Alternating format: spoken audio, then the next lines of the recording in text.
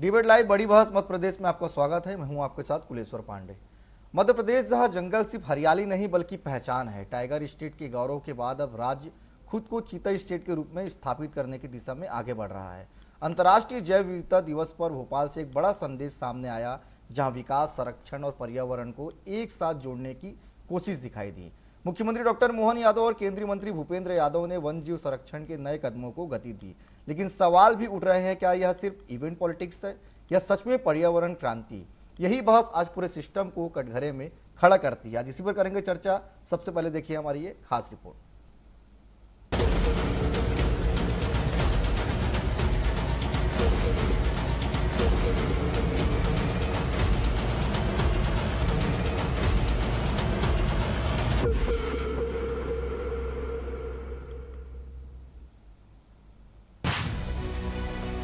चीता की चाल, एमपी कमाल।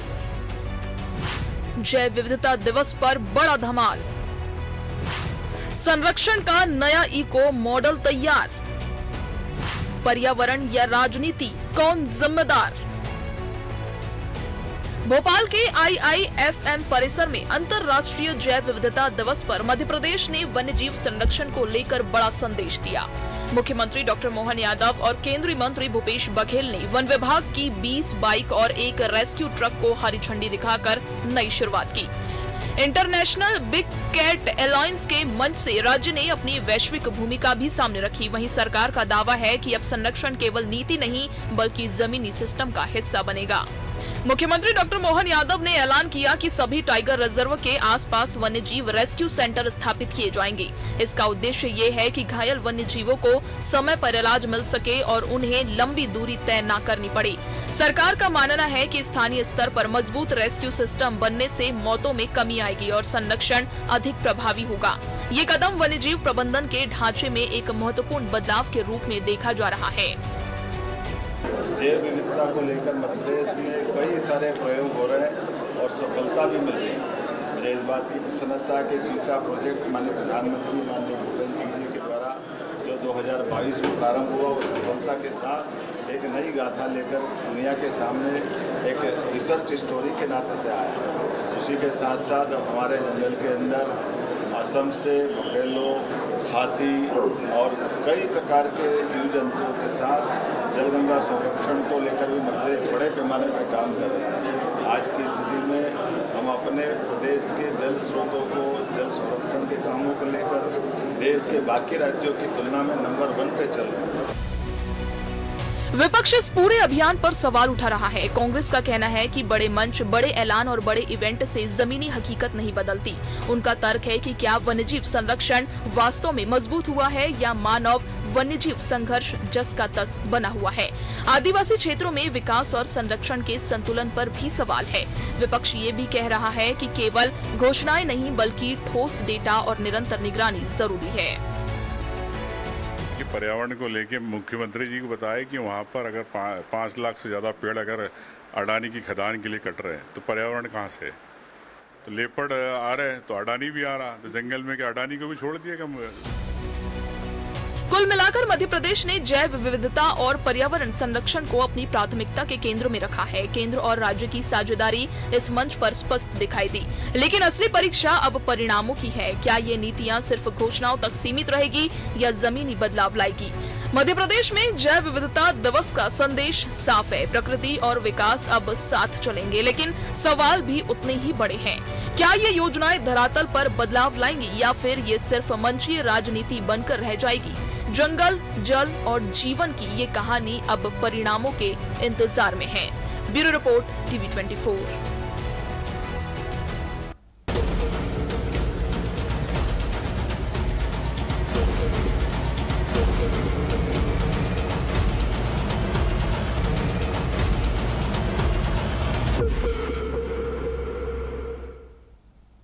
तो चलिए चर्चा की शुरुआत करते हैं। हमारे साथ 3 बेहद खास मेहमान जुड़ चुके हैं। रश्मि अग्रवाल जी हमारे साथ, बीजेपी प्रवक्ता, स्वागत करता हूं उनका। प्रवीण धौलपुरे जी हैं, कांग्रेस प्रवक्ता, उनका भी स्वागत करता हूं। सुनील दुबे जी हमारे साथ जुड़े हुए हैं, पर्यावरण एक्सपर्ट है, उनका भी मैं बेहद स्वागत करता हूं। सबसे पहले शुरुआत में सुनील जी आपसे ही करूंगा। हालांकि मुख्यमंत्री मोहन यादव की जो पहल है वो निश्चित तौर पर बहुत बेहतर है, लेकिन क्या लगता है रेस्क्यू सेंटर वन्यजीव मृत्यु दर घटाने में प्रभावित साबित होंगे? हाँ, ऐसा है, क्योंकि जिस हिसाब से वहाँ पर हम बाइक इस्तेमाल करेंगे, या हमने जो है एक गाड़ी जो शुरुआत करी है कि रेस्क्यू के लिए जो है वो इस्तेमाल होगी, और उसके लिए यदि वो उसी सेंटर पे और उसी स्थान पर है तो वन्य जीवों को जो है वो बहुत ज़्यादा सुविधाएं होगी, और एक्सपर्ट उसके अंदर है तो बहुत ही ज़्यादा अच्छा है, क्योंकि वो एक्सपर्ट जो है वहाँ पे उन घायल जीवों को तत्काल जो है वो उपचार देंगे, जिसके कारण जो है वो जल्दी से जल्दी उनकी जो है रिकवरी होगी, वे जल्दी से जल्दी बचने की स्थिति में रहेंगे, क्योंकि समय अधिक होने के कारण और वो वहाँ घायल होने की स्थिति में वहाँ पर उनको बचाना जो है वो बहुत मुश्किल हो जाया करता था। वर्तमान में उसके ऊपर जो है बहुत अच्छा प्रयास है ये सरकार का कि उन्होंने ये काम किया है, और जीवों को जो है वो वहाँ पर वन्य जीवों को वहाँ पर सुरक्षा जो मिलेगी, और वे जल्दी से जल्दी जो है वो रिकवरी होकर और ठीक होंगे। ठीक है रश्मि जी, क्या चीता स्टेट ब्रांडिंग से ज्यादा जमीन पर संरक्षण मजबूत हुआ है कि सिर्फ ब्रांडिंग ही किया गया चीता स्टेट के रूप में? जैसा कि आप सभी जानते हैं, भारतीय जनता पार्टी एक राष्ट्रवादी पार्टी है। हमारा जो हर कार्य होता है वो राष्ट्र के प्रति समर्पित होता है, चाहे वो इस राष्ट्र में रहने वाले मनुष्य हो, चाहे जीव जंतु हो। ये जो ब्रांडिंग शब्द यूज किया जा रहा है ये संपूर्णतः गलत है। जब से चीता दो कूनों से आया है 2022 से, तब एक चिंता का विषय था, तब एक संशय की स्थिति थी, लेकिन अब ये सच में एक अच्छी स्थिति में आ गया है। और इसको लेकर आप देख सकते हैं भारतीय जनता पार्टी के माननीय मुख्यमंत्री जी और हमारी सरकार कितनी संवेदनशील है, जो हमारे वन्य जीवों को भी तकलीफ में नहीं देख सकती। आज ही वन्य जैव विविधता दिवस के अवसर पर माननीय मुख्यमंत्री जी और भूपेश सिंह बघेल जी ने 20 बाइक और एक रेस्क्यू ट्रक को हरी झंडी दिखाई है। हर टाइगर रिजर्व के पास हमारा एक रेस्क्यू सेंटर बनाया जाएगा, ताकि घायल वन्य जीवों को तकलीफ ना हो, सफर करके कहीं और जाना ना पड़े इलाज के लिए। आप समझ सकते हैं कि ये केवल एक ब्रांडिंग और प्रमोशन की चीज नहीं है, क्योंकि टाइगर रिजर्व, टाइगर स्टेट का तमगा तो हमारे पास पहले ही है, लेकिन अब हम चीता स्टेट का तमगा लेने की और है अग्रसर है। और आगे भी इसमें आपने सुना असम से हम घड़ियाल, हाथी और अन्य जीवों को लेकर आने वाले हैं, जिससे कि उनकी और अच्छे से देखरेख हो। मध्य प्रदेश ठीक है, मतलब माना जाए रश्मि जी कि अच्छा अब जो है जो वन्य जीव जो है वो अच्छे से संरक्षित हो पाएंगे, अगर कोई घायल भी होता है समय पर उनको इलाज मिला जाएगा, माना जाए। ठीक है, मैं लौटूंगा रश्मि जी आपके पास। छोटा सवाल जो मैं प्रवीण जी से ले लेता हूँ। प्रवीण जी, भारतीय जनता पार्टी तो साफ कह रही है कि चीता स्टेट हम कह भी रहे हैं कोई ब्रांडिंग नहीं, हम वन जीव के संरक्षण कर रहे हैं और बेहतर काम कर रहे हैं। कांग्रेस का काम सिर्फ सवाल उठाना है। सर आप लोगों के भी समय, आप लोगों के पास भी समय था, आप लोग क्यों इस चीज को मजबूत नहीं कर पाए सिस्टम को? देखिए, भारतीय जनता पार्टी जब भी कोई कार्यक्रम करती है तो आपने लगातार देखा होगा कि वो इवेंट के ऊपर काम कर। अगर ये वन्य जीवों का इतना संरक्षण कर रहे होते तो शायद ये अडानी अंबानी को मध्य प्रदेश के जंगल नहीं बेच रहे होते। लगातार मां नर्मदा का जो आसपास के क्षेत्र है वहां पे जिस तरह से अवैध कटाई चल रही है, जिस तरह से अवैध खनन माफिया हावी है, आपने देखा होगा कि डंबर कांड मध्य प्रदेश में हुआ था। कितनी मां नर्मदा को कितनी बुरी दयनीय तरीके से छन्नी किया जा रहा है लगातार मध्य प्रदेश में। तो यही भारतीय जनता पार्टी ब्रांडिंग की बात करती है। अगर आप वाकई में राम राज ला रहे होते तो शायद आप सबसे पहले वन्य जीवों को संरक्षण करते। आप चीतों के नाम पे राजनीति कर रहे हैं। आप देखो मई महीने में, इस महीने के अंदर ही अंदर कितने चीतों की मृत्यु हुई है मध्य प्रदेश में। ये टाइगर स्टेट नहीं, ये चीतों का डेट स्टेट बनाने की ये लोग काम कर रहा है। ये सिर्फ ब्रांडिंग का काम करते हैं, इवेंट मैनेजमेंट का काम करते हैं। इन बेजुबान जानवरों की हाय बददुआ लेकर भारतीय जनता पार्टी इस तरह काम कर रही है। भूपेन्द्र यादव जी मध्य प्रदेश आए, उन्होंने ये नहीं बताया कि केंद्र सरकार के जो आंकड़े हैं उसमें मध्य प्रदेश के वन्य जीव जंतु जो है उसका कितना बड़ा असंतुलन बिगड़ता जा रहा है। आप जीवन तो देख रहे होंगे, आज जिस तरह से भयंकर गर्मी चल रही है, ये वन्य जीवों के साथ साथ अवैध जो कटाई जंगलों की हो रही है उसका परिणाम है। अब ये जो लगातार जो देश का आदिवासी है, जो जंगलों का मूल निवासी है, उनको बेघर करने का काम भी भारतीय जनता पार्टी कर रही है। जो सबसे ज्यादा संरक्षित बंधु जंगलों को कोई करता है तो देश का आदिवासी करता है, बिल्कुल। कि आदिवासी जंगल की आवाज जानता है, आदिवासी उन सर उपाय क्या है? गरीब सर आप ठीक है, आप आरोप तो लगा रहे हैं, लेकिन उपाय क्या है? अगर वन जीवों को संरक्षित करना है तो उसका उपाय क्या है? उपाय है तो भी आप बता दीजिए सत्ता पक्ष को, किस तरह से इसको बेहतर किया जा सकता है। बिल्कुल रूप से इनको इनको इनको उन आदिवासियों को पहले तो संवर्धन करना पड़ेगा जो वन जीवों जंतुओं के साथ जंगलों में रहते हैं, जो लगातार उन जानवरों का संरक्षण भी करते हैं, और कैसे उनका संवर्धन हो वो आदिवासी जानते हैं। आप वहां पर ऑलरेडी आज की तारीख में आपने पूरे ग्रामीण क्षेत्र को देख लीजिए, पूरे देश प्रदेश के जंगल देख लीजिए, वहां पर इन्होंने सिर्फ और सिर्फ व्यापार ये करना है। खनिज माफिया जंगलों के पास है, ठीक है। नदियों के पास है, वन कटिंग करने वाला जो अवैध जो कटाई होती है पूरे प्रदेश ठीक है, के मतलब पहले अंदर। आदिवासियों को विश्वास में लेना पड़ेगा सरकार को, उसके बाद ही वन जीव संरक्षित हो सकते हैं। ठीक है, मैं लौटूंगा आपके पास। छोटा सवाल जो है मैं सुनील जी से ले लेता हूं। सुनील जी, क्या सिर्फ रेस्क्यू सेंटर से संरक्षण की बड़ी समस्या हल हो जाएगी? नहीं, ऐसा नहीं है जी। ऐसा अगर होता तो हमारे क्षेत्र के जो है, जो ग्रामीण है, हमारे यहाँ जो है, जो वन्य जीव है, उनके साथ साथ वहाँ पे रहने वाले आदिवासी जो है वो प्रमुख हैं, क्योंकि आदिवासी उसी क्षेत्र में रहते हैं। और उसी क्षेत्र में रहने के साथ साथ जब तक हम उनको अपने साथ शामिल नहीं करेंगे, तब तक जो है हमें पता भी नहीं चलेगा कि कहाँ कौन सा जीव जो है वो घायल हुआ है, क्योंकि रेस्क्यू सेंटर्स खोलने से या उन बाइकों के चलाने से नहीं पता चल जाएगा कि कहाँ पर जो है जीव जो है वो संरक्षित नहीं है या कहाँ पर उसको पानी की व्यवस्था नहीं है। हम देख रहे हैं कि जिस जगह पर हमने जो है टाइगर रिजर्व सेंटर खोले हैं, यही नहीं चल रहा। आप रातापानी चले जाइए, रातापानी क्षेत्र में देखेंगे तो आप देखेंगे कि वहां पर माँ बेत्रवती, आज वर्तमान स्थिति उसकी यह है कि उनके उद्गमन स्थल पे बेत्रवती में जो है बेतवा जी जो है वो सूख गई हैं। वहां पर जो है वो जलधारा बंद हो गई है। गौमुख से जो जलधारा निकल रही थी वो बंद हो गई है। जब पानी वहां पर नहीं रहेगा, उस समय हमारे यहाँ के जीव कहाँ जाएंगे पानी पीने के लिए? उनको कहाँ स्थान मिलेगा? तो इस तरीके से जो है वो देखना पड़ेगा कि आदिवासी वहां पर यदि अतिक्रमण कर रहे हैं तो हमें उनको रोकना पड़ेगा, उनको समझाना पड़ेगा, उनको समझाइश देनी पड़ेगी। सिर्फ बाइक चला लेने से हमारे आदिवासी जो है वो समझने वाले नहीं है। उनको समझाने के लिए आपको जो है उचित कदम उठाने पड़ेंगे। उनके लिए जो जमीन है, जो अतिक्रमण किए जा रहे हैं, उसको रोकना पड़ेगा, बंधन करना पड़ेगा। यदि 5 एकड़ जमीन हमने एक आदिवासी को दे दी है कि हमने तुमको 5 एकड़ जमीन दी है, इस जमीन के ऊपर आप अपना व्यवसाय करेंगे, आदिवासी वहां पर खेती करेगा, ऐसा नहीं। आदिवासी जंगलों से जो है वो उपज लेता है। जिस समय अभी गर्मी के टाइम पे जो है वो महुआ गुल्ली लगेगी तो वो उसका जो है व्यवसाय करेगा, उसको बेचेगा। उसको बेचने के उचित साधन होना चाहिए कि वन विभाग उनको बिकवाने की जो है समुचित व्यवस्था करे।